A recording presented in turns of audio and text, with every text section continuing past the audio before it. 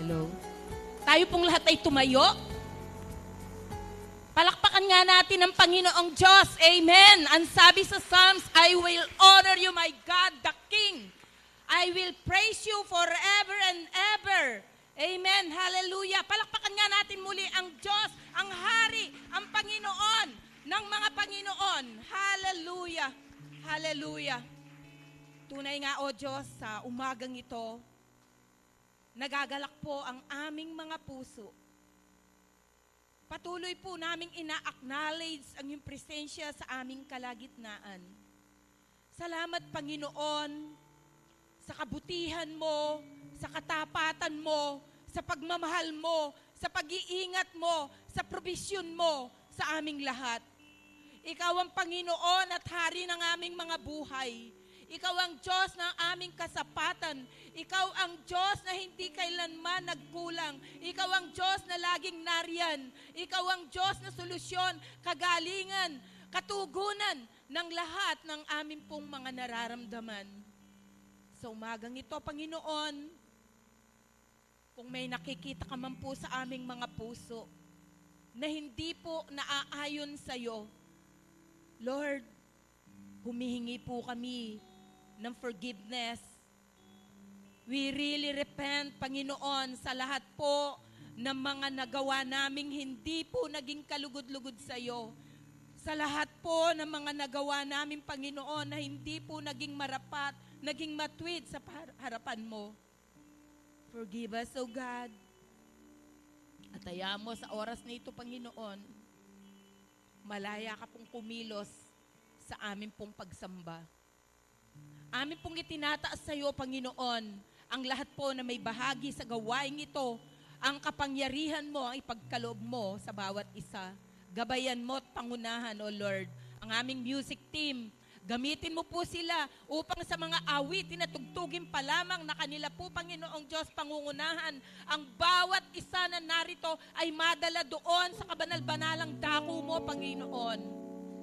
Dakilang Diyos, amin pong idinadalangin din, O God, ang katagumpayan at kaayusan ng aming gawain. At sa amin po, Panginoong Diyos, salita na mapapakinggan sa umagang ito, nahahatid ng aming tagapagsalita. Panginoong Diyos, ngayon pa lang, ihanda mo ang puso ng iyong mga anak na tanggapin ito bilang kalakasan, bilang kagalingan ng aming pong mga espiritu. Panginoon, gamitin mo siya. Ipagkaloob mo sa kanya ang kapangyarihan mo. Ipagkalooban mo po sa kanya, Panginoon, ang karunungang nagmumula sa iyo, Panginoon. Patuloy po na magamit mo po siya sa ikaluluwalhati ng iyong pangalan. Salamat ng marami. Amin po, Panginoong Diyos, itinatagubilin ang gawaing ito. Ang lahat, Panginoon, ay ine-entrust namin sa iyo sa makapangyarihang pangalan ng iyong anak na si Jesus. Ang lahat ay magsabi ng Amen, Amen, Amen.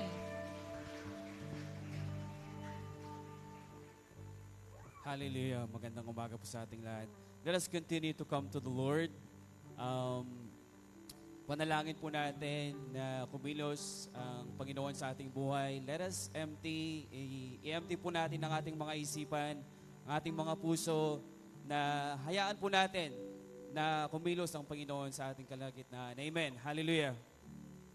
And as we sing this song, if you want to pray, kung gusto niyo pong manalangin sa Panginoon, as we sing this song, let us all come to Him. Hallelujah. Ialay po natin ang lahat ng mga alalahanin, mga problema na inyong kinakaharap, at nang mag-focus po tayo sa ating pagpupuri, sa ating pag-worship sa ating Panginoon sa umaga ito. Hallelujah. Yes, Jesus. Help us, Father, to empty our hearts, to empty our minds, Father, that you may fill us with your Spirit, with your presence, Father. Father, we long for your presence. Hallelujah.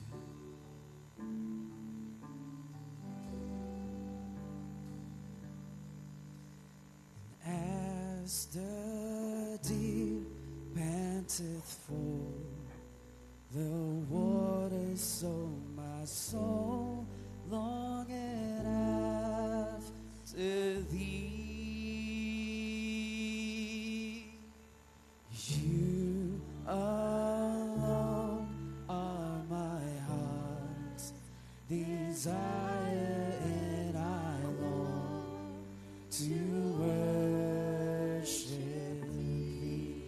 Minsan pa as the deer. And as the deer panted for the waters, so my soul longeth after thee. You alone are my heart's desire, and I long to worship thee. You alone. And you alone are my strength, my shield. To you alone may my spirit yield. Oh, you alone are my heart's desire, and I long to worship thee. Minsan pa as the deer panted for the waters, so my soul longeth after thee. Oh, you alone are my heart's desire, and I long to worship thee. You alone. Oh, you alone are my strength, my shield. To you alone may my spirit yield. You alone. Oh, you alone are my heart's desire, and I long to worship thee. Amen. And you're my friend, and you are my brother, even though you are king. Say, I love you, and I love you more than any other, so much more than anything. You alone. Oh, you alone are my strength, my shield. To you alone may my spirit yield. Oh, you alone are my heart's desire, and I long to worship thee. You alone. Oh, you alone are my strength, my shield. To you alone may my spirit yield. Oh, you alone are my strength, my shield. To you alone may my spirit yield. Oh, you alone are my heart's desire, and I long to worship thee, and I long to worship thee.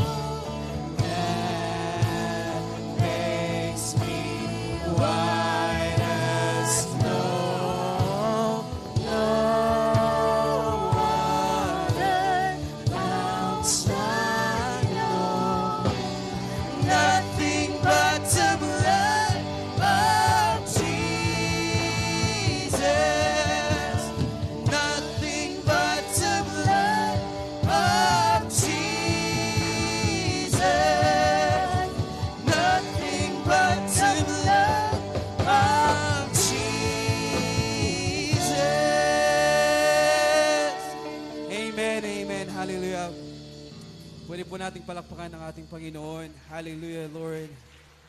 Thank you so much for your blood that you make us white as snow. Hallelujah. Patuloy po nating purihin ang ating Panginoon.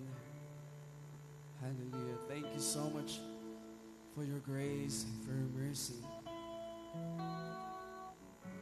Lord, sa pagkakataon nito, Panginoon, patuloy po kaming lumalapit at nagpapasalamat sa iyong sukdulang biyaya, Panginoon. Hallelujah.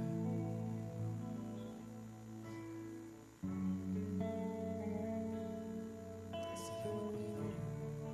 Jesus.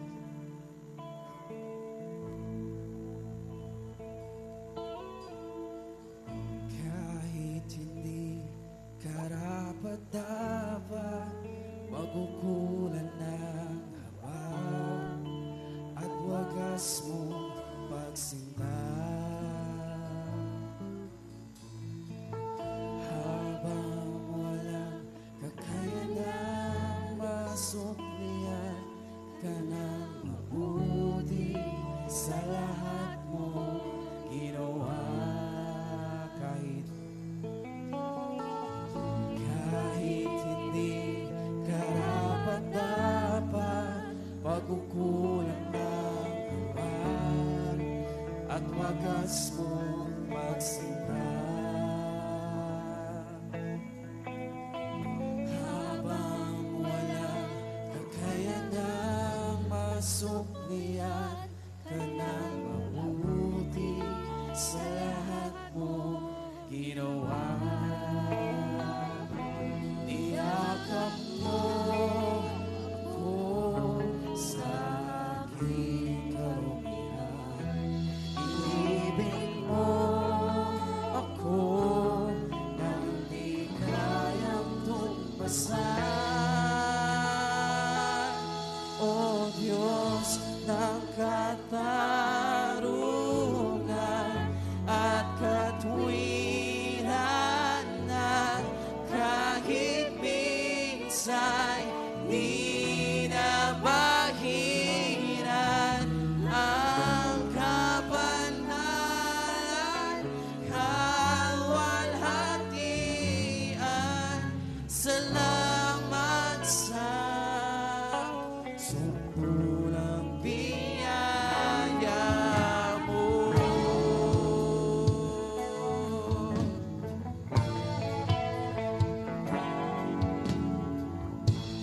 Walang salang manunubos ang lumapang ng parusa nararapat sa akin.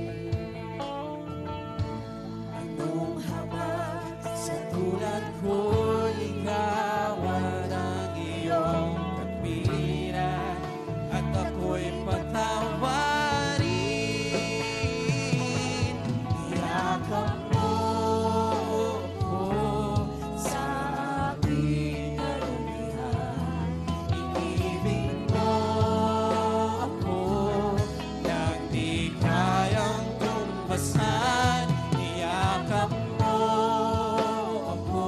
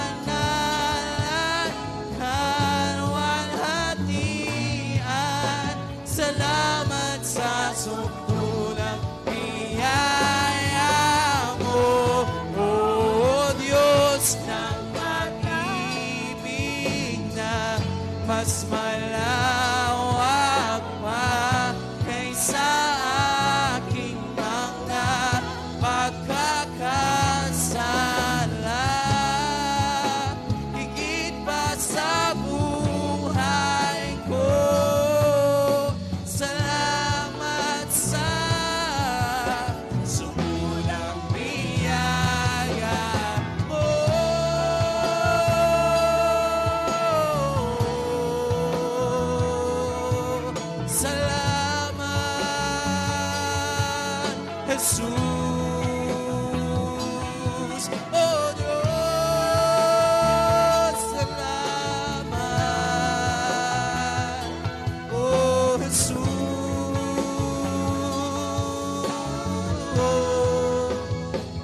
O Diyos ng katarungan at katuwiran na kahit minsa'y di na mahiran ang kabanalan, kalwalhatian.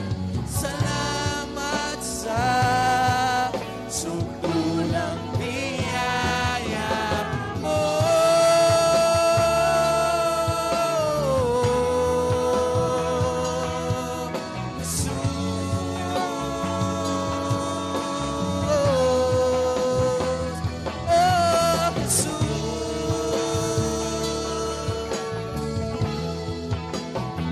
Sabay-sabay po natin katayin, hallelujah!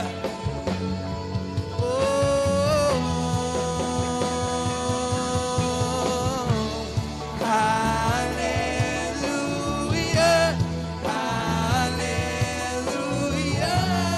hallelujah.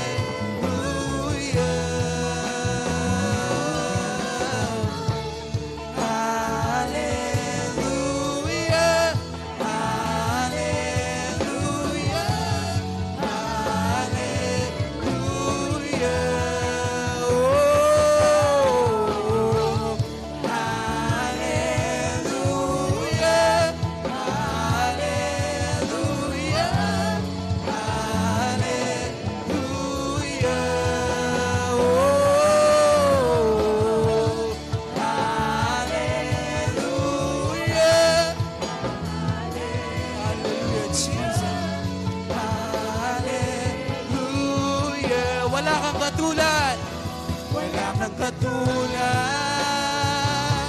wala nang hihigit sa'yo. Wala kang katulad. Amen, hallelujah. Purihin natin ang ating Panginoon. Papantay sa'yo. Ang Panginoon, hallelujah, na walang papantay sa'yo. Maging ngayon at kailanman, sa habang panahon, Wala kang katulad, wala kang katulad. wala kang katulad. Jesus. Wala nang hihigit sa'yo.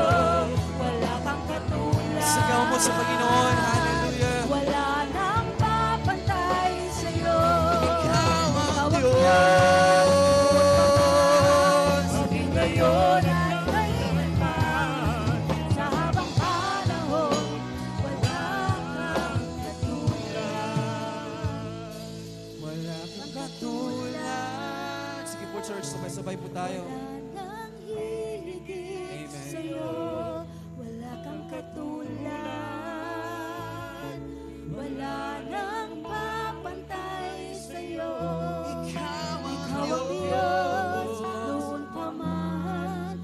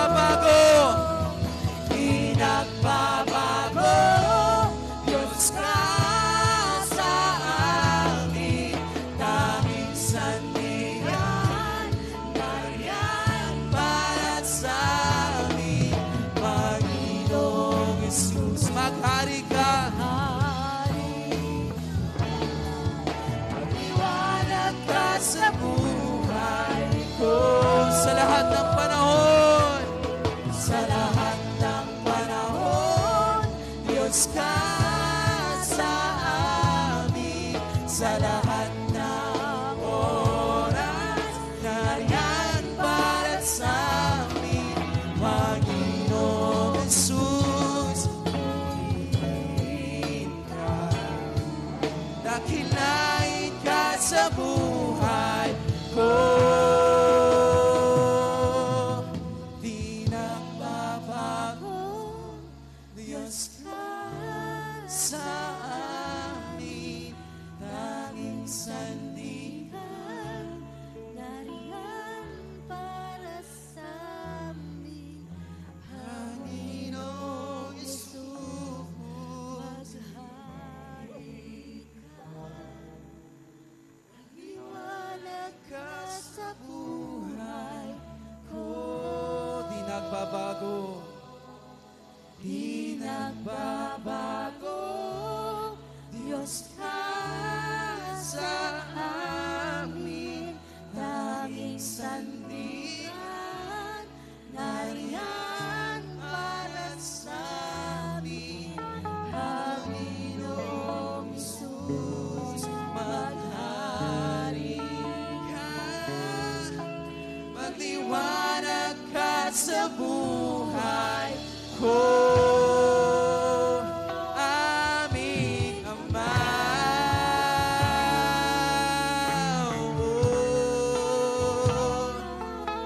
Magliwanag ka, Jesus. Oh, Diyos. Tayo pong lahat ay manalangin sa ating Panginoon Diyos. Amen. Hallelujah.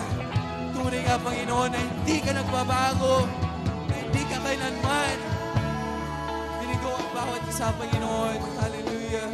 Salamat po, Panginoon, sa iyong tulang biyaya. Hallelujah. Oh, maghari ka, Jesus.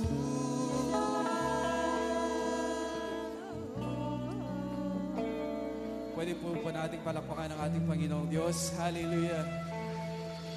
Amen, amen, hallelujah.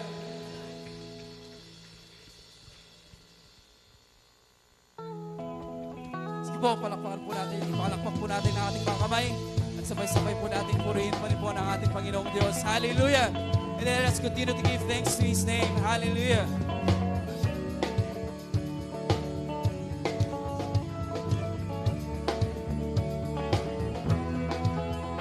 When I think about the Lord, how He healed me, how He raised me, how You filled me with the Holy Ghost, how He healed me to the uttermost.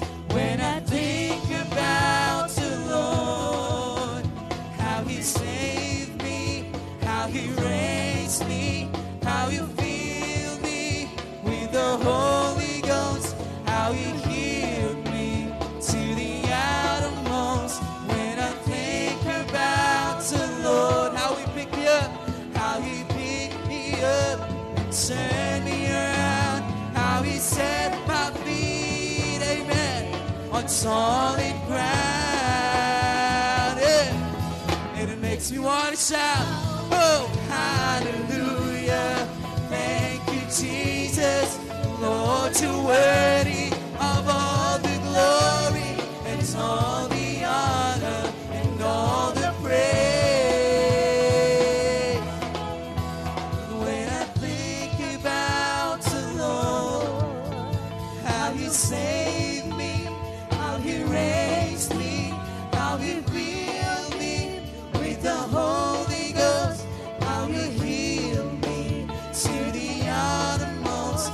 When I think about the Lord, how He picked me up, How You pick me up, turn me around, how He set my feet on solid ground,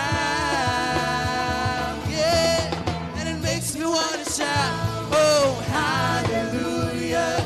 Thank You, Jesus, Lord, You're worthy of all the glory and all the honor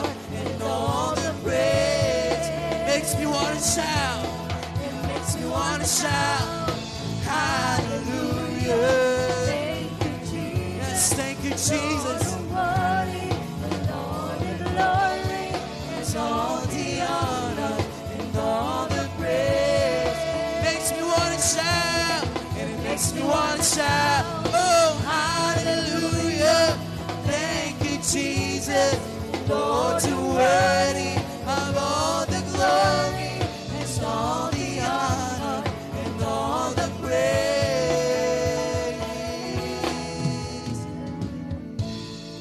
Hallelujah. Thank you, Jesus. Lord, you're worthy of all the glory and all the honor and all the praise.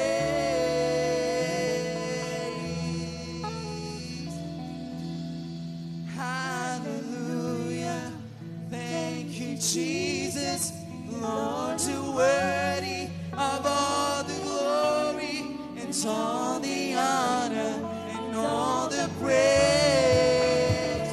Yeah, and it makes me want to shout, hallelujah. Thank you, Jesus. Lord, you're worthy. Of all the glory and all the honor and all the praise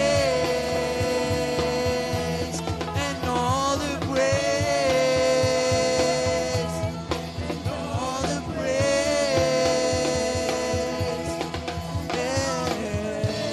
Amen. Amen. Hallelujah. To you all the glory, honor, and praise God in Jesus' name. Amen and amen. Hallelujah.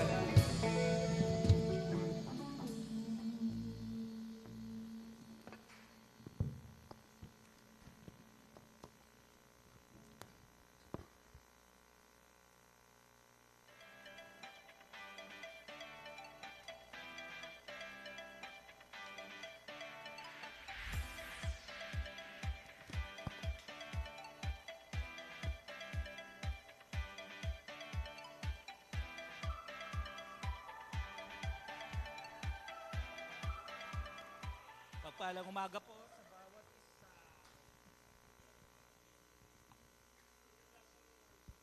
Ayan. Praise the Lord. Kala ko nawala. So magandang umaga po sa bawat isa. Ayan. Patuloy po nating papurihan ang ating Panginoong Diyos. Ano po? Sa banal na kasulatan po, sa Acts chapter 5, meron pong mag-asawa doon.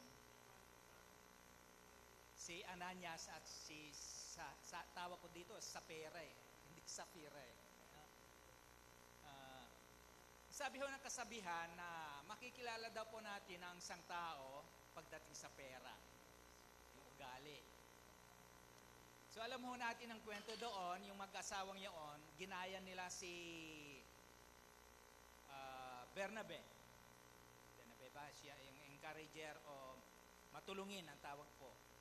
Binenta niya yung kanyang ari-arian at binigay yung pinagbentahan sa mga apostol para matugunan po pangangailangan.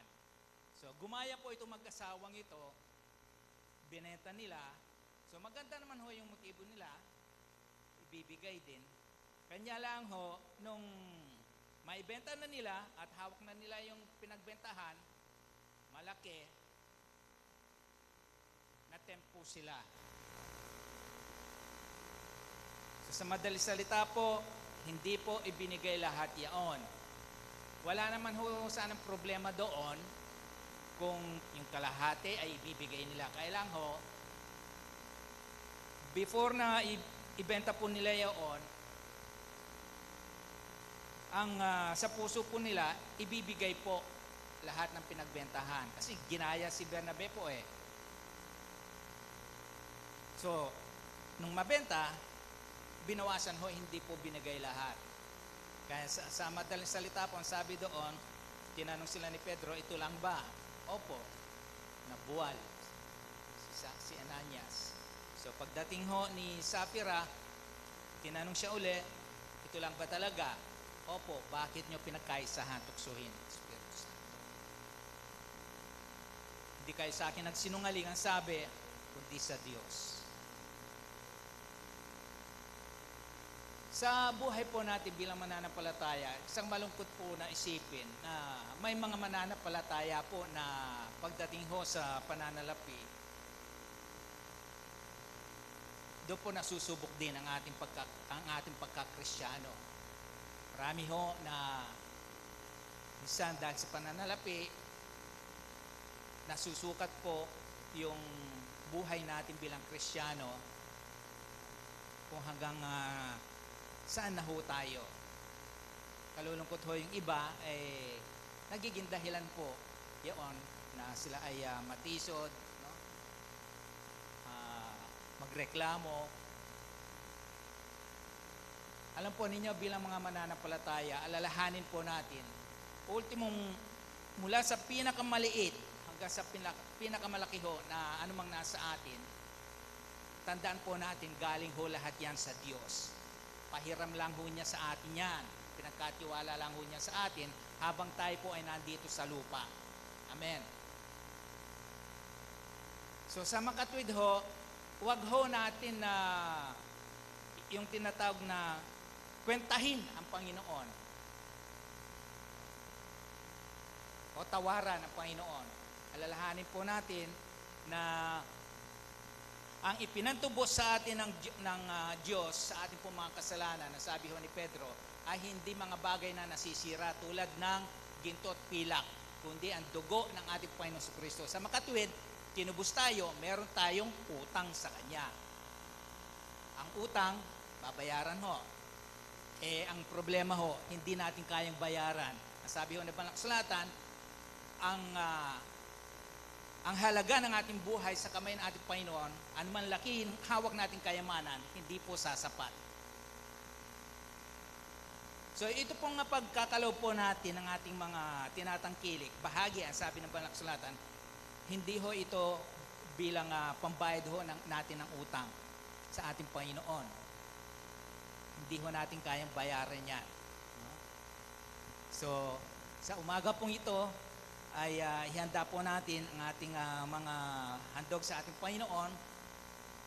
Lagi po natin tatandaan na anuman pong ating ginagawa o gagawin, lalo na ho, itong bahaging ito din, lagi ho natin sa puso at sa isip, gagawin ho natin ito sa pangalan ng ating Panginoon at sa Kanyang karangalan.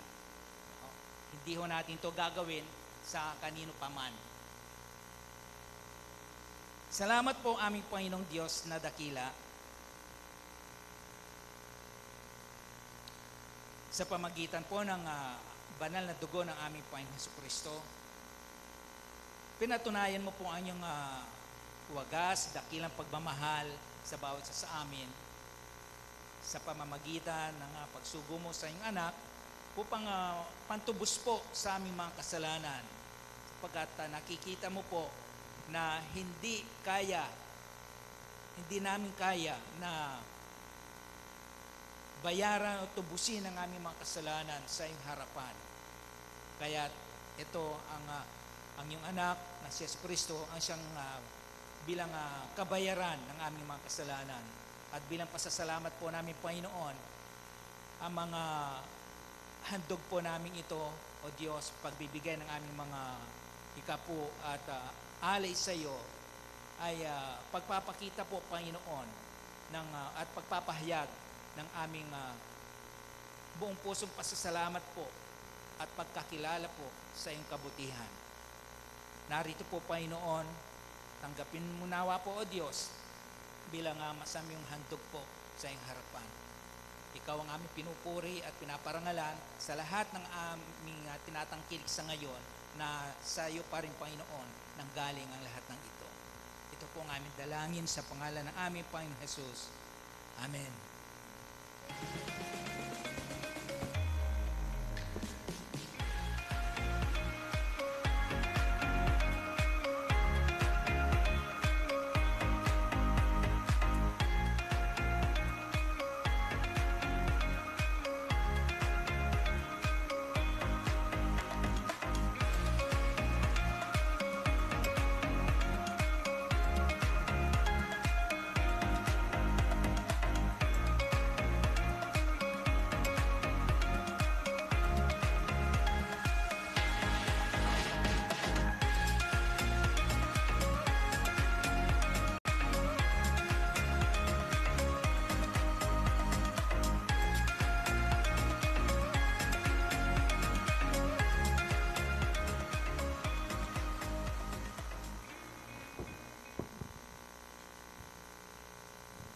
Buksan po natin ang ating mga Biblia sa Psalms chapter 128.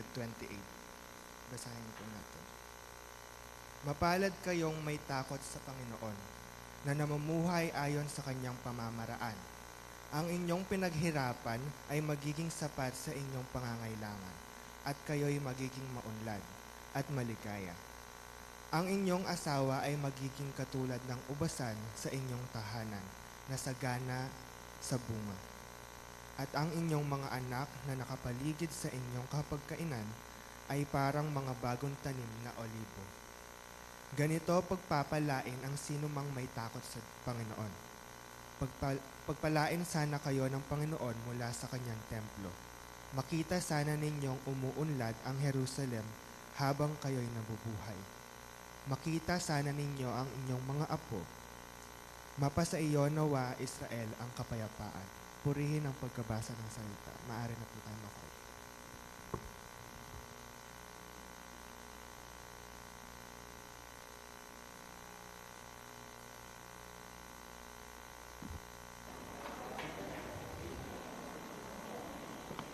Magandang umaga po sa bawat isa.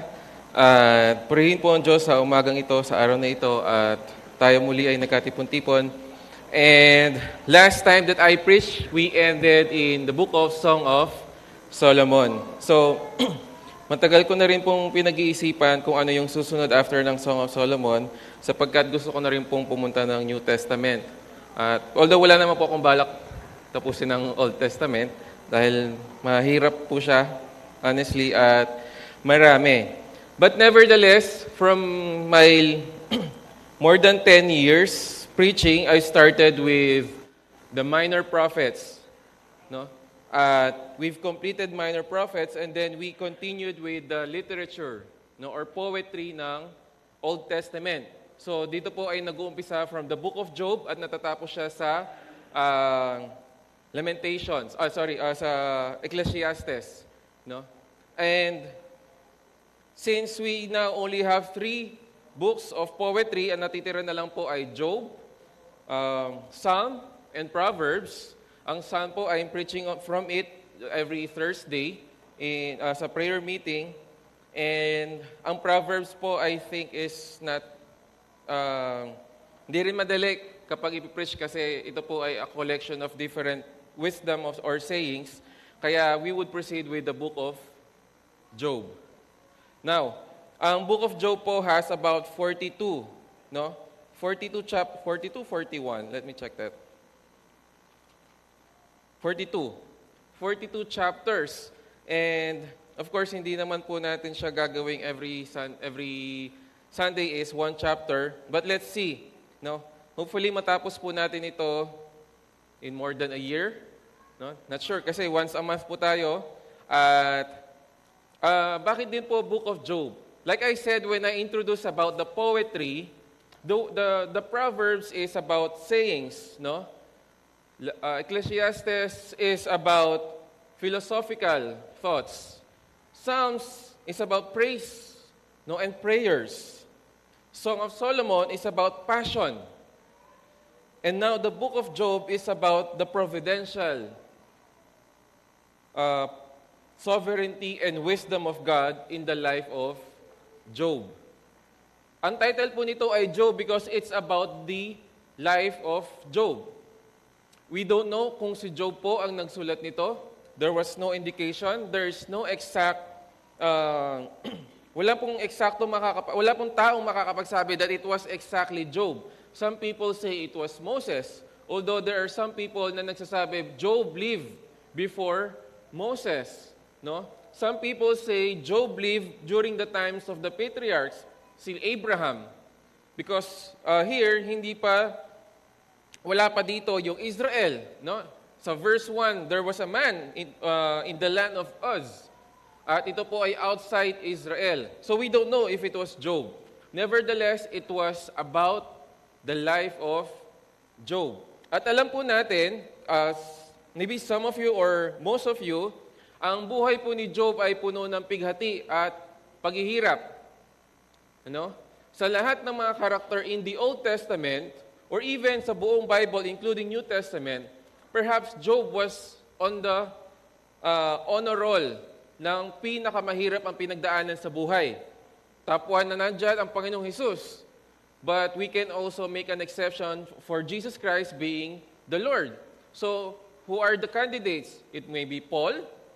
No? We have witnessed or we have seen yung mga trials ni Paul in his epistles. He was in prison, siya ay hinabol, he was wanted, dead or alive, and until his last, in the 2 Timothy, no, alam na niya na siya ay mamamatay at according to tradition, siya ay inihulog sa karagatan. Or maybe the apostles. We all know na lahat ng mga apostol ni Jesus Christ ay namatay as martyrs except for John. Although John almost died as a martyr, he survived. And then he died as an old man. And then in the Old Testament, sino ang naisip nating top 1? No? Or cum laude when it comes to suffering? King David. We can read his life in the First Chronicles, in the Second Samuel, at makikita natin, no, even in Psalms, ang kanyang mga panalangin, ang kanyang mga papuri, makikita natin doon yung pighati ng mga dinaranas ni Haring David. But of course, one contender would also be Job. Most of us know na ang buhay ni Job ay before he suffered, hindi lang siya basta well-off, he was one of the richest, if not the richest man in the East. No, he had a lot of properties, a lot of animals. He had many sons and daughters. At noong siya ay nakaharap, no, ng pagsubok mula sa Diyos, lahat 'yon ay nawala. Everything. Ang natira na lang sa kanya ay ano? Ang kanyang asawa at ang kanyang mga sugat sa balat. Everything nawala. So imagine being one of the wealthiest man. No, imagine Bill Gates, imagine Elon Musk. And then lahat 'yon hindi lang bankrupt. It's also negative. Let's say nagkaroon ng cancer, yung pinakamayaman na tao. And then he lost everything. So before we start, let's pray and ask for wisdom from God that we may understand the Scriptures according to His knowledge. Panginoon Diyos, pinupuri ka namin sa umagang ito at pinasasalamatan. Muli kami ay itinataas ka at Ikaw ang Diyos na kinikilala namin sa umagang ito, sa araw na ito, sa aming buhay. At Ikaw, Panginoon, ang alam namin na may akda nitong aming pakikinggan at dinadalangin namin, Panginoon, na Ikaw ay kumausap sa aming puso at isipan. And may we understand Your Word by the power and the wisdom of Your Holy Spirit. May we not lean on our own understanding. Lord, we pray that whatever we would learn, whatever You would feed to our souls, may You be glorified and may it be for our good. All this we pray in the name of Your Son, Jesus Christ. Amen.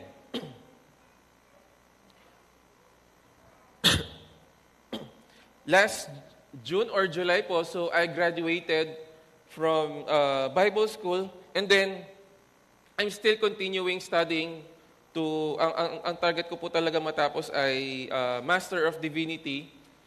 So yung first graduation was Master of Arts and so I have one more year at during this sem, ang professor po namin asked me to teach apologetics because everyday nagtuturo po siya from morning to evening at yung Friday kung pwede raw i-cover ko. And then, the subject that was assigned to me was not my favorite, apologetics. No? Apologetics, hindi ko siya favorite dahil nahihirapan ako, although it's a difficult subject kasi philosophical yung mga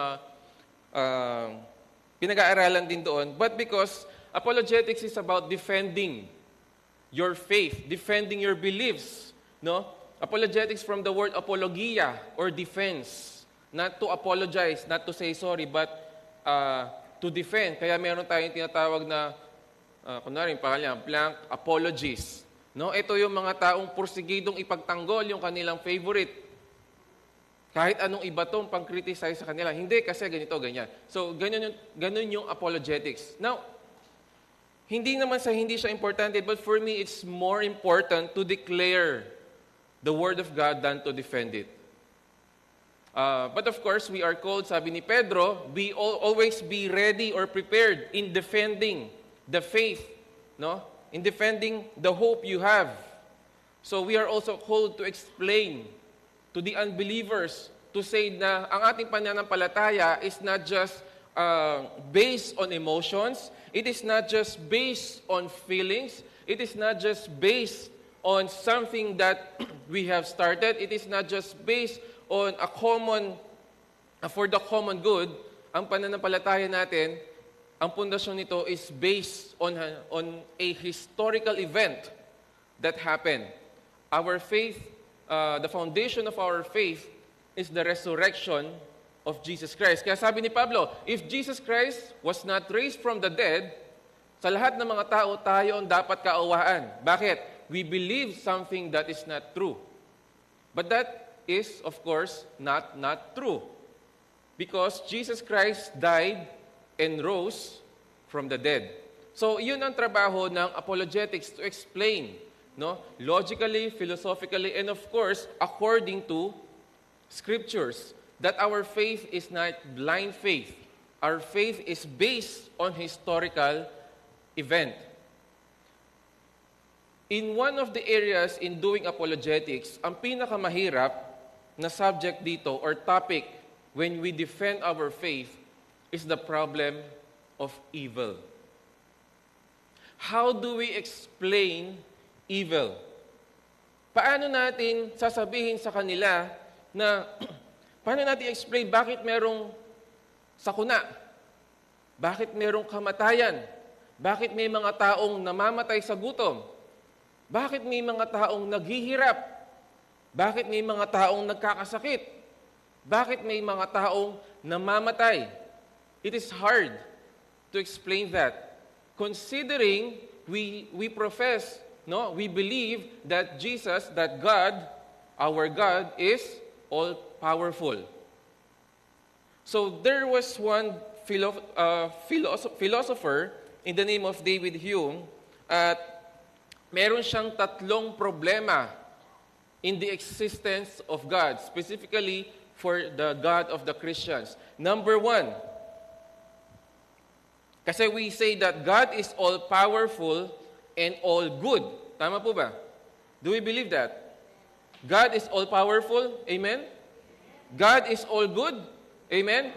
Now, ang tanong ni David Hume, if God is unable to prevent evil, then He is not all-powerful. Kung hindi kayang pigilan, no, upuksain ng Panginoon ang kasamaan, then hindi siya makapangyarihan. Next question. If God is not willing to prevent evil, then He is not all good. Kung hindi kalooban ng Diyos na pigilan o puksain ang kasamaan, then our God is not all good.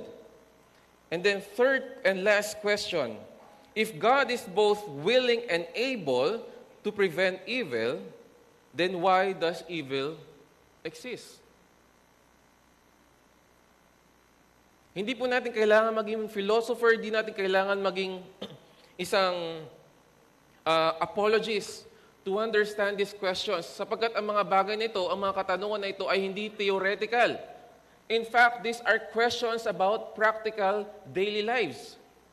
We can even ask ourselves, if I believe that God is all-powerful, bakit hindi pigilan ng Panginoon ang kasamaan? If I believe, according to the Scriptures, that God is all-good, then bakit hindi kalooban ng Diyos na mawala ang kasamaan? If I believe that God is all-powerful and all-good, why is there evil? I believe na lahat po tayo rito naniniwala na may evil in this life. Not just evil about Satan, sin, but evil, the natural disaster, no? The evil happenings, the evil events, bad things. Bakit may cancer? Bakit may namamatay from high blood? Bakit may namamatay at nagkakasakit from diabetes? Bakit may Alzheimer's disease? Bakit may nalulumpo? Bakit may pinanganak na hindi normal? Bakit may mga taong namamatay who don't deserve such tragic death? Those are practical questions that we need to answer but are hard. So in apologetics, ito ang pinakamahirap na topic, the problem of evil. But of course, there's already an answer doon. But hindi po tayo doon mag-umpisa, hindi tayo doon mag-focus. The more problematic question is the problem of pain. Why do we have to suffer? Bakit kailangan natin dumaan sa paghihirap? Bakit kailangan nating dumaan sa mga pagsubok? Hindi ba't kaya naman ng Panginoon that we can live without pain? We can live without death? We can live without sickness? Kaya niya. But why those things exist? Yun ang katanungan ng mga unbelievers and even atheists na ibinabato nila sa mga Kristiyano. I don't believe in your God kasi inconsistent kayo. You cannot even answer the existence of evil. If your God is all good, why is there evil? If your God is kind and gracious, why do Christians suffer? Why do Christians suffer? Chapter 1, so this Sunday we will just be focusing on the first chapter of the book of Job. At ang mga tanong pong iyon ay masasagot even in the first chapter of this book. And then of course, until chapter 42, we would see the sovereignty and providence of God. Why does He allow evil in this world, especially for His sons and daughters? Bakit hinahayaan, Bakit pinapahintulot ng Panginoon na mahirapan ang kanyang mga mananampalataya? Verse 1, it talks about the man, a blameless man. Sapagkat sabi dito, there was a man in the land of Uz whose name was Job. Hindi po natin alam kung ano exactly ang ibig sabihin ng pangalan niya because we also don't know kailan siya naisulat and we are not even sure na siya ay isang Hebrew or Israelite. And that man was, and ito po ang sigurado tayo, that man was blameless, upright, fearing God, and turning away from evil. This man, Job, was a righteous man. Hindi po sinasabi ng kasulatan na si Job ay perfect man. No, there was no man who lived perfectly. Even in 2 Timothy or in 1 Timothy, yung qualifications for elders and deacons, number 1 doon is above or beyond reproach. Wala kang masasabi, walang kapintasan. Kapag sinabi itong si taong ito, kahit hindi mananampalataya, ay Kristiyano yan. Mapagkakatiwalaan yan, may integridad yan. Hindi yan basagulero, hindi yan nanggugulo ng komunidad, hindi yan naghahanap ng away. And Job was known across the land being a blameless and a righteous man. At ang introduction about his life was so good that he was commended, even by the scriptures, to be portrayed like this. Sa Chronicles, and the First and Second Kings, makita natin doon yung mga hari. May mabuti, pero karamihan, masama. Even Abraham, I don't think na siya ay ipinakilalang ganito. It was only Noah and even Enoch na hindi namatay. Very few people who were introduced as righteous, blameless, and fearing God. At sabi ko po kanina, Job is a wealthy man. Ito po ang kanyang mga ari-arian from verses 2 to 3. 7 sons and 3 daughters were born to him. 10 anak.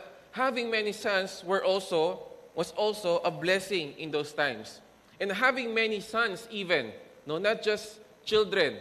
Sapagkat in those times, mas pinapahalagahan nila, unfortunately, ang mga lalaki. 7 sons and 3 daughters were born to him. Verse 3, his possessions also were 7,000 sheep, 3,000 camels, 500 yoke of oxen, 500 female donkeys, and very many servants. And that man was the greatest of all the men of the east. Imagine, sa panahon natin ngayon, bibihira yung mga taong mayayaman na mabuti. Bibihira, I'm not saying all rich men are evil or wicked. Pero napakahirap makakita at makakilala ng isang taong mayaman na mabuti. Even, hindi lang mabuti, isang taong mayaman na mananampalataya. That's why when we hear about stories na itong siga na to, yung may-ari ng, ano yan? Yung toothpaste, yung sa Pilipinas, Happy. Ang may-ari ng Happy is a Christian. No? Si Henry C. Jr., yung anak ng may-ari, namatay na kasi yung unang founder ng SM, and then now, isa sa mga namamalakad, Henry C. Jr., is also a Christian. And we also know a lot of billionaires or millionaires na mga Christian. And then when we hear that, hindi tayo natutuwa dahil, pwede ako mangutang dito kasi kapatid sa pananampalataya. Hindi. We are glad because these people are in the power and have possessions fearing God. We know that these people, they would act and decide according not just to their conscience, but their conviction and beliefs. Tama po ba? That's why malaking factor din sa atin kapag ang isang public servant is also a Christian. Because we know, itong taong to may takot sa Diyos. Hindi lang konsensya, meron siya. He also has a conviction.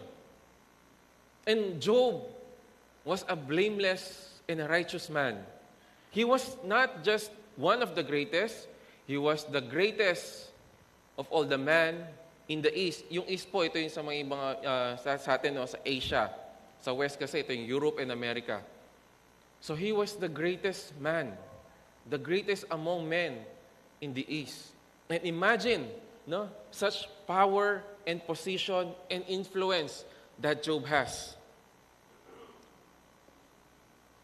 Verse 4, so meron po siyang mga anak, and ang mga anak niya have something that they do every week or every day. His sons used to go and hold a feast in the house of each one on his day. And they would send and invite their 3 sisters to eat and drink with them.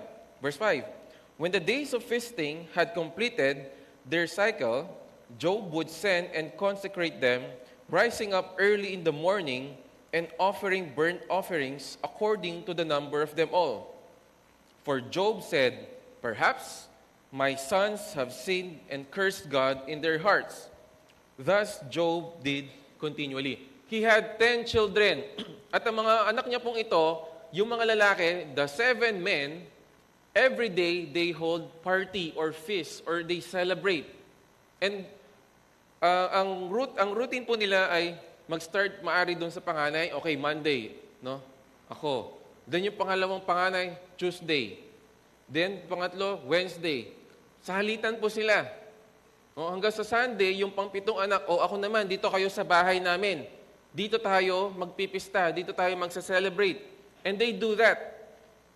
They have this routine.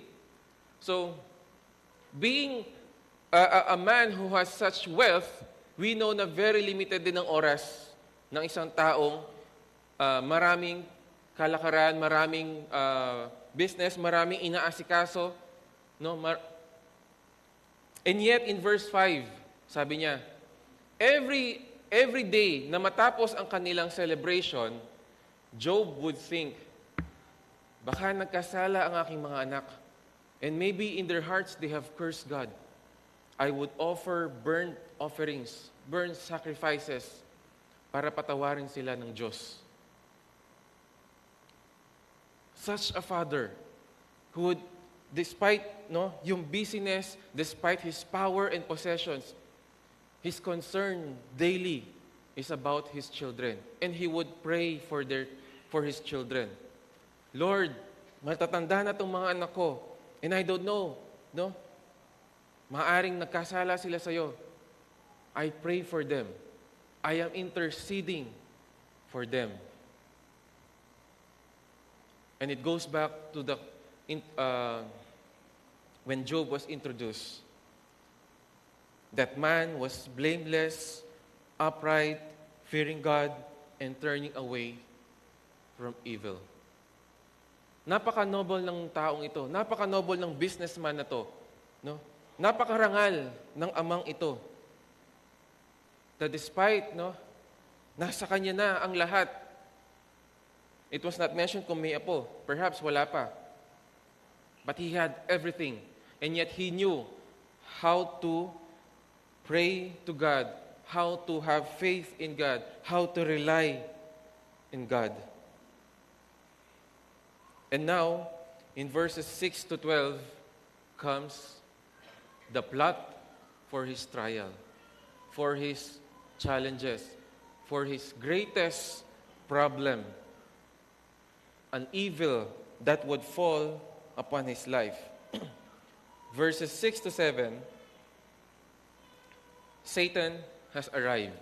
Ang sabi dito, now there was a day when the sons of God came to present themselves before the Lord, and Satan also came among them.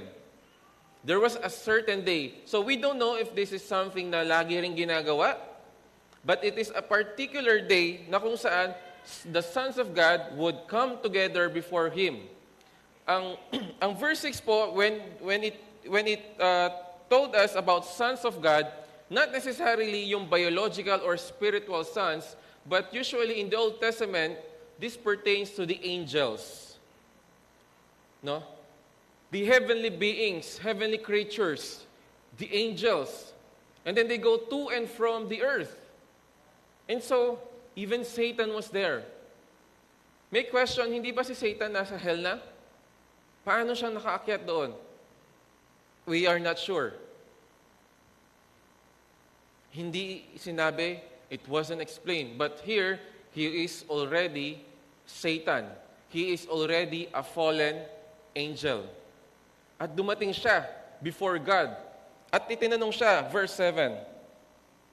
The Lord said to Satan, from where do you come from? Saan ka galing? Then Satan answered the Lord and said, from roaming about on the earth and walking around on it. Makita po natin, even in the Apostle Peter told us, let us be ready, let us be conscious, be prepared, because the devil is like a lion, waiting to devour us. Of all the creatures sa buhay po natin, sa mundong ito, ang pinakamasipag, hindi ang mga Kristiyano. Ang pinakamasipag, hindi ang mga theologians, hindi ang mga pastor, hindi ang mga nasa ministry. Ang pinakamasipag na creature, is Satan. Why? Every day, from the time he fell, from the time he tempted Adam and Eve, he did not stop working to get his followers, to lure and deceive people, to find fault in God's creation. Kaya sabi ng Diyos, saan ka galing? Naglalakad-lakad sa buong sanlibutan. At hindi lang siya naglalakad-lakad na dahil nahiinip siya. He was walking to and fro. Naghahanap ako ng mapapatibong. Naghahanap ako ng matutukso katulad ng natukso ko si Eva. Kung si Eva na iyong unang nilalang ay aking nahulog, naloko, sino pa kaya yung mga susunod? Maliit na bagay, kailangan ko lang magsipag, kailangan ko lang maghanap. At yun ang sagot niya sa Panginoon. And then, ang sagot ng Panginoon, kakaiba. The Lord said to Satan, have you considered my servant Job? Nakita mo ba si Job? O sabi ni Satan galing ako sa mundo. Naglilibot-libot ako, naghahanap ako. Hindi siya naghahanap ng matutulungan because we know that the enemy comes to steal, kill, and destroy. Ano sabi ng Panginoon? Nakita mo ba si Job, my servant? It was not Satan who found Job. It was not Satan who had the idea, pwede to si Job . It was God who told Satan, have you considered Job, my servant? And then, anong sabi? For there is no one like him. No? Proud ang Panginoon. Masasabi niya, this is a blameless man. There is no one like him on the earth. A blameless and upright man, fearing God and turning away from evil. Satan, I have this one unique servant. The greatest of them. Not just pansinin po ninyo, itinaas niya si Job not because of his possessions, but because of his character. A blameless and upright man, fearing God, turning away from evil. At sumagot si Satan, does Job fear God for nothing? Malamang, may dahilan kaya kinatatakutan kanya. Have you not made a hedge about him and his house and all that he has? On every side, you have blessed the work of his hands, and his possessions have increased in the land. Sinasabi ni Satanas, malamang, sinasamba ka niyan.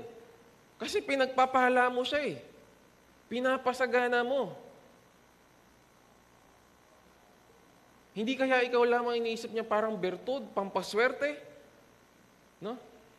Kaya religious yan pagdating sa'yo. Tignan mo, kung hindi mo tanggalin, sabi niya, but put forth your hand now and touch all that he has. He will surely curse you to your face. Let's read again. But put forth whose hand? God's hand. Put forth your hand. Sino nagsasalita? Si Satanas. Sino kausap niya? Ang Diyos. Anong sabi niya? Put forth your hand. Put forth God's hand. Hindi niya sinabing, let me put my hand on Job's life and his possessions. Satan was asking for permission. Sinasamba ka niya. Matuwid yan. Kasi pinagpapala at pinapasagana mo ang kanyang buhay. Pero tingnan mo, tanggalin mo lahat ng mga yan. No? You extend your hand not to bless, but to take away all that you have given him. Kung hindi ko mapapatunayan sa'yo na dahil doon kaya kanya pinupuri at sinasamba. Anong sagot ng Panginoon? Then the Lord said to Satan, behold, all that he has is in your power. Only do not put forth your hand on him. So Satan departed from the presence of the Lord. Satan was permitted. Sige. You think, no? You accuse Job that he is blameless because I am blessing him. Okay. I give you permission to take away, no? Put forth. Now behold that, take away all that is in your power. Only do not put forth your hand on him. Now, kanina ang sabi ni Satan, put forth your hand, God's hand. Ngayon ang sabi ng Diyos, okay, put forth your, si Satanas na kausap niya, put forth Satan's hand. So it is now God permitting Satan to take away everything from Job, except his life, sabi niya. And then Satan, no? Hindi man siya nagpa-thank you. Why, thank you Lord, pinagbigyan mo ako. Umalis agad. He departed from the presence of the Lord. Siyempre, no? Ito lang naman yung kanyang purpose. He comes to steal, kill, and destroy. He departed from the presence of the Lord. And then verse 13, walang ano-ano. Now on the day when his sons and his daughters were eating and drinking wine in their oldest brother's house. So they are now again in their feast, in their celebration, at lahat sila ay nasa isang bahay ng panganay. A messenger came to Job and said, the oxen, ilan yung oxen niya? 500, no? The oxen were plowing, and the donkeys, how many donkeys? 500 female, feeding beside them. And the Sabaeans attacked and took them. Minus oxen, minus donkeys, and minus servants na nag-aalaga sa mga yon. They also slew the servants with the edge of the sword, and I alone have escaped to tell you. Habang nagsasalita yung first messenger na nangangalaga sa oxen and sa donkeys, na siya na lang natira, habang nagsasalita, no? While he was still speaking, another messenger came and said, the fire of God fell from heaven and burned up the sheep and the servants and consumed them, minus sheep. And I alone have escaped to tell you. Second messenger. Di pa siya tapos. Bakit? Verse 17. While he was still speaking, another also came and said, third messenger, the Chaldeans formed 3 bands and made a raid on the camels, so minus camels, and took them and slew the servants with the edge of the sword. And I alone have escaped to tell you. Minus oxen and donkeys, minus sheep, no? Minus camels. Habang nagsasalita yung third messenger, no? Sapagkat verse 18, while the third messenger is speaking, the fourth messenger came. Verse 18, while he was still speaking, another also came and said, your sons and daughters were eating and drinking wine in their oldest brother's house. And behold, a great wind came from across the wilderness and struck the 4 corners of the house, and it fell on the young people, and they died. And I alone have escaped to tell you.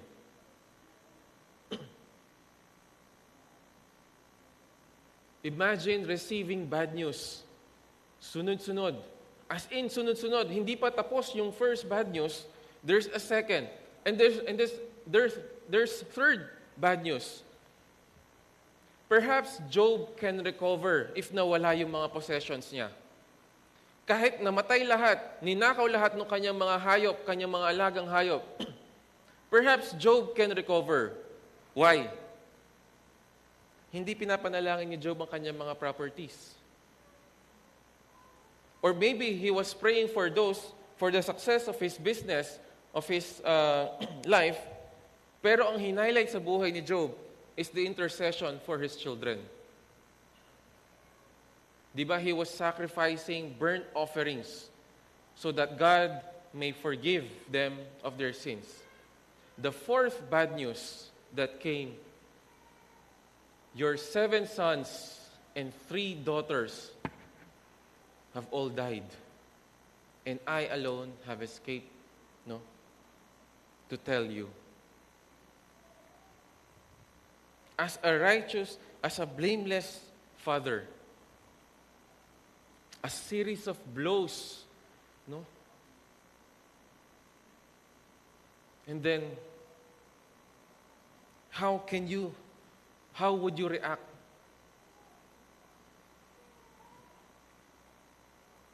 Siguro maganda yung dito, no, yung inatake na lang siya sa puso. Di ba? Pwedeng atakehin sa puso yung tao pag ganito yung marinig mo eh. Tapos pagising niya, o di nasa langit na siya, kasama na niya ang Diyos. O di kasama na rin siguro yung mga anak niya. Walang problema kahit na wala yung ari-arian niya eh. Eh hindi. Buhay pa rin siya. Kung tayo yun, no? Or we can imagine Job being on his knees, nalambot sa lahat ng narinig niya. And even the last bad news was the worst news that he heard. Anong ginawa ni Job? Verse 20, we would see here,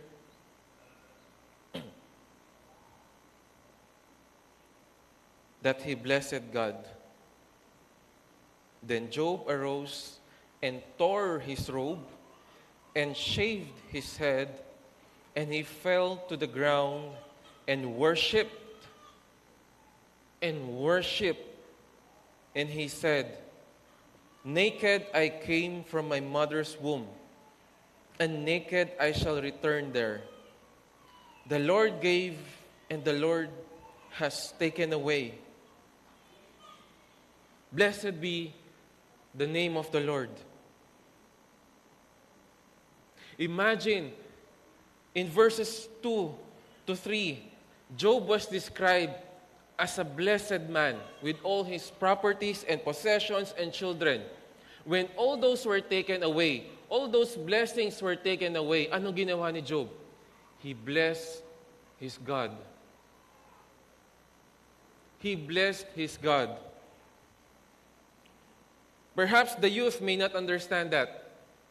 Kung wala pa kayong anak or wala kayong inaalagaan, walang isang buhay na nanggaling sa katawan ninyo. But the parents, we don't even want to imagine, di ba?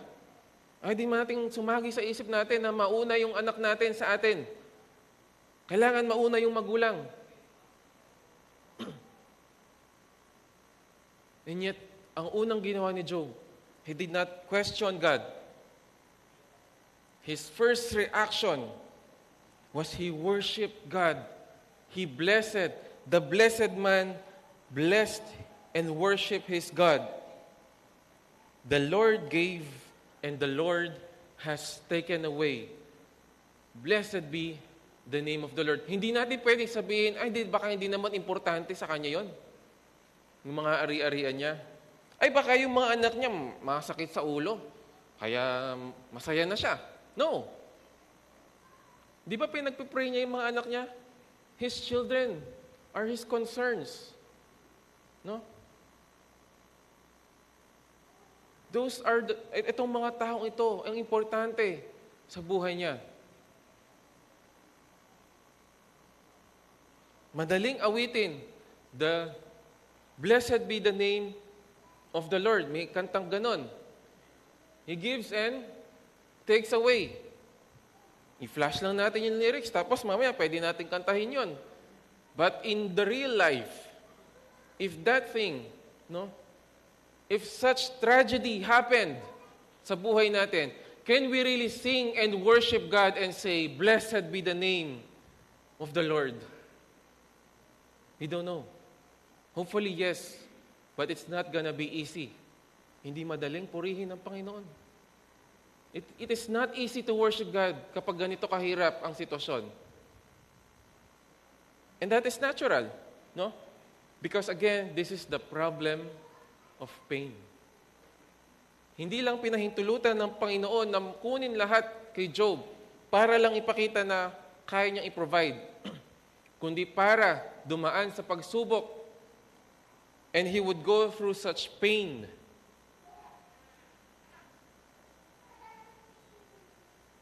Going back doon sa question ni Satanas, sinasamba ka niyan kasi pinagpapala at pinapasagana mo siya.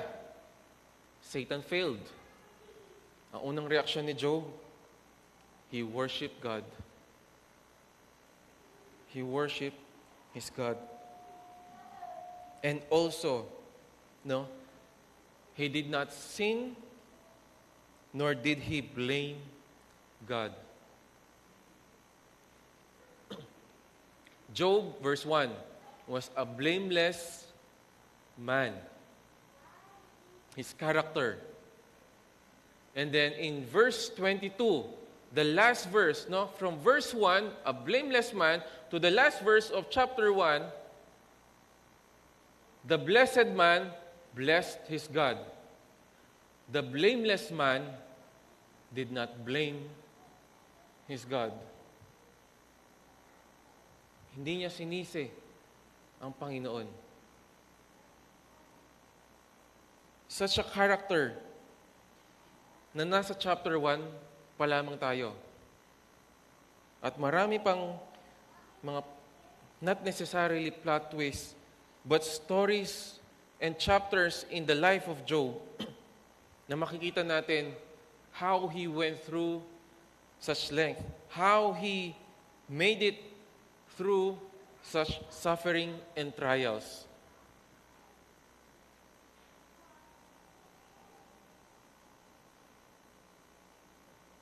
Ang tanong kanina na narinig natin from David Hume, if God is all-powerful, then why is He unable to prevent evil? The answer is, God can and is able to prevent evil. But it is not God's will to do that always. God even permits. Ang question ng secular, bakit hindi kayang pigilan ng Panginoon ang kasamaan if He is all-powerful? The answer is, He does not even just prevent. He permits evil. Now, the second question, if He permits evil, and He is all good, paano nangyari yun? God's providence includes evil.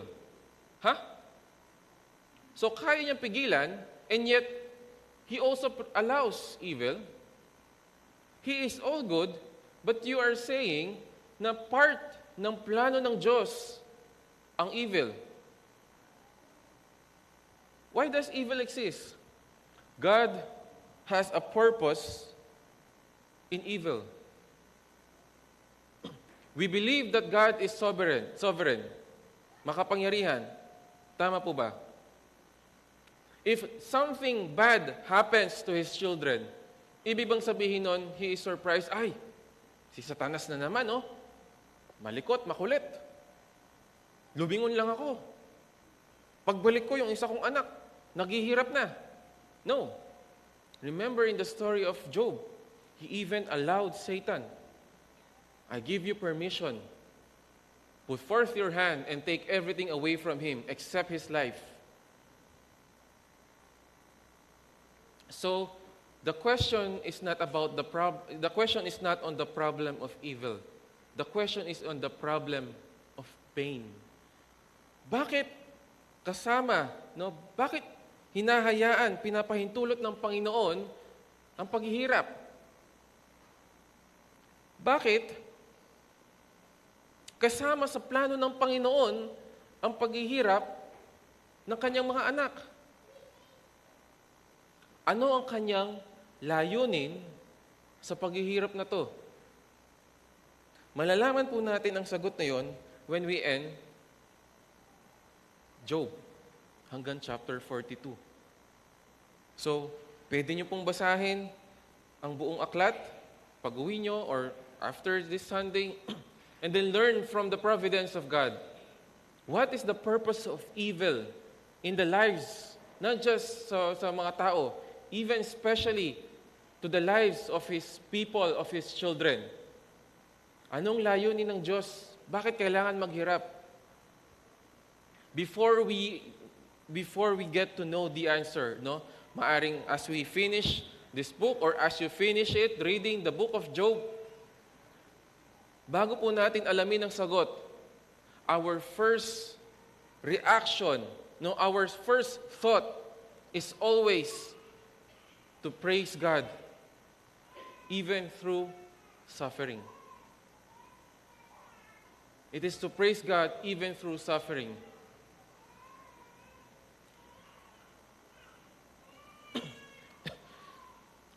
Sa akin po, bilang isang magulang, and ganito po ang pinag-usapan namin ng asawa ko, kapag inutusan namin ang aming anak, we don't have to explain. Sabi ko, huwag mong i-explain muna bakit kailangan niyang sundin yung utos natin? Why? Lalaki sila na bago sila sumunod sa'yo, kung walang explanation at hindi nila naiintindihan, hindi sila susunod. What they have to learn first, what our children have to learn first, is obedience before understanding. Obedience before, Hindi ba parang ano ka naman? Kung isa kang Kristiyano, you wouldn't even think about evil things or bad things to happen to your children. Ang laging nasa puso at isipan mo ay yung ikabubuti nila. So, while they're young, you teach them first obedience before understanding. Pag lumaki yan na nasanay, na ini-explain mo muna, kailangan gawin mo to kasi makakasama sa... Anong basis? It is the Word of God. When God deals with our lives, most of the times, hindi natin alam bakit. Tama po ba? But do we trust God? Do we obey God? Do we say, Lord, hindi ko maintindihan, hindi muna ako susunod. Hanggat hindi ko naintindihan. Kailangan i-explain mo sa akin. Hindi ganun, di ba? Usually, madalas, ang Diyos ay may utos sa atin o may ipaparanas sa atin. At ang hinihintay niya ay ang pagsunod at pagtitiwala sa kanyang kabutihan at kapangyarihan. And then at the end of that suffering, we would even be glad. Hindi natin sasabihin, sabi ko na nga ba dapat di ako sumunod Never in the Christian life that we say, dapat di na lang ako sumunod. No. We would always say, buti na lang, nakinig muna ako at sumunod kahit di ko naintindihan. Ang buhay natin ay ganun. And ang mga tao outside the church, outside the faith would say, such is a blind faith. Naniniwala ka dyan na hindi mo naintindihan. No. Mas magtitiwala ako sa karunungan ng Diyos kaysa sa karunungan ko. Mas magtitiwala ako sa kalooban ng Diyos kaysa kahilingan ng mga taong nagmamahal sa akin. Or even mga nagmamahal sa akin.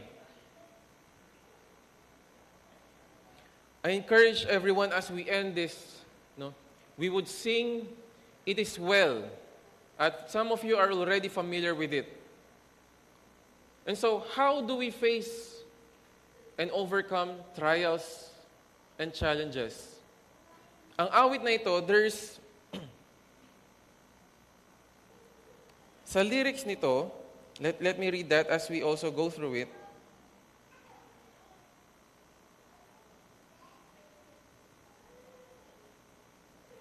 Let this blessed assurance control our lives, that Christ has regarded my helpless estate and has shed His own blood for my soul.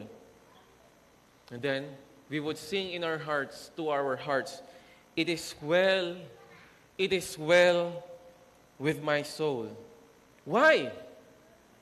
Anong helpless estate ang nakita ng Diyos sa atin? Anong kahirapan? Anong problema ang nakita niya? Our sin. Oh, this happy and glorious thought. Our sin, not in part, but the whole of our sins is nailed to the cross. And we bear it no more. God may take away everything from us, but God has given everything, the one and only best that He can give us, that He would not take away. Alam po ba natin kung ano yon? Kung sino yon? His Son. Let us all stand and sing.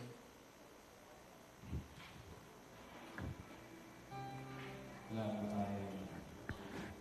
Ngayon. So, worship mo.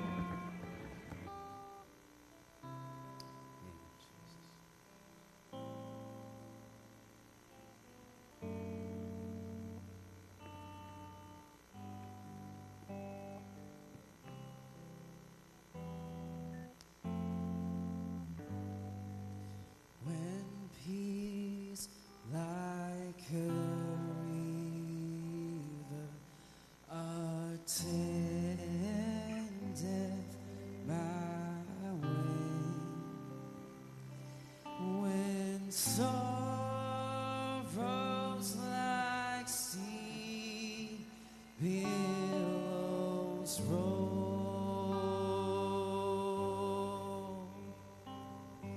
Whatever my lot, thou hast taught me to say, it is well with my soul. It is well with my soul.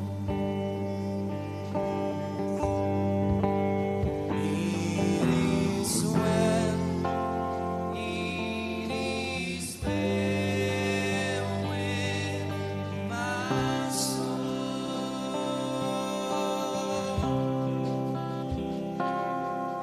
Though Satan should pursue, though trials should come, let these blessed assurance control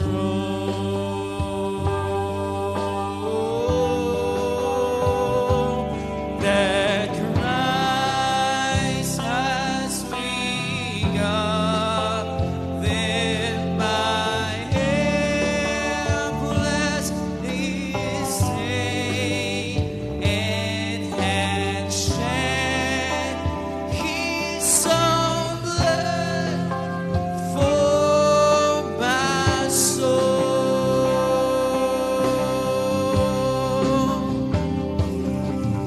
Is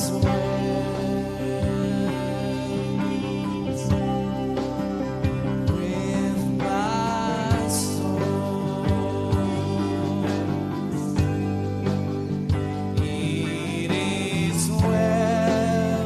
It is well with my soul.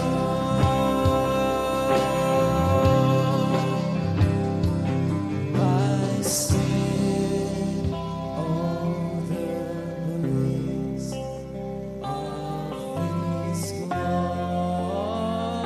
glorious love.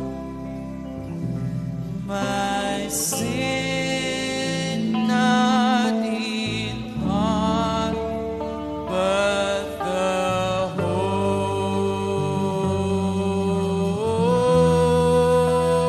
whole is nailed to the cross, and I bear it no more.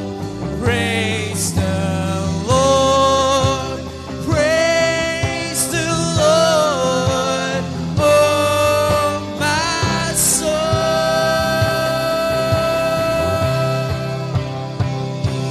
It is well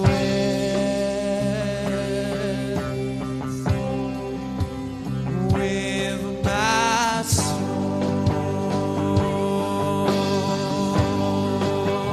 It is well with my soul. It is well with my soul.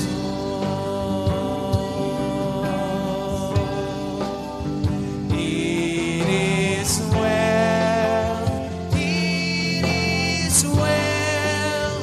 with my soul.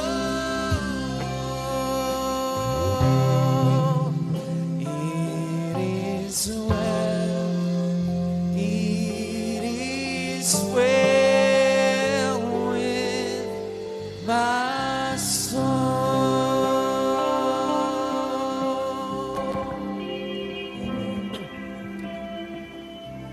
Let us remain standing and pray our heavenly and loving Father, we continually worship and bless your name, O Lord. We thank you for your goodness, for your providence and wisdom upon the life of Job. We thank you for recording his life that we may read and learn about your dealings with your children. We thank you for reminding us, encouraging us to trust in you, O Lord. We thank you, Father, because we have this blessed assurance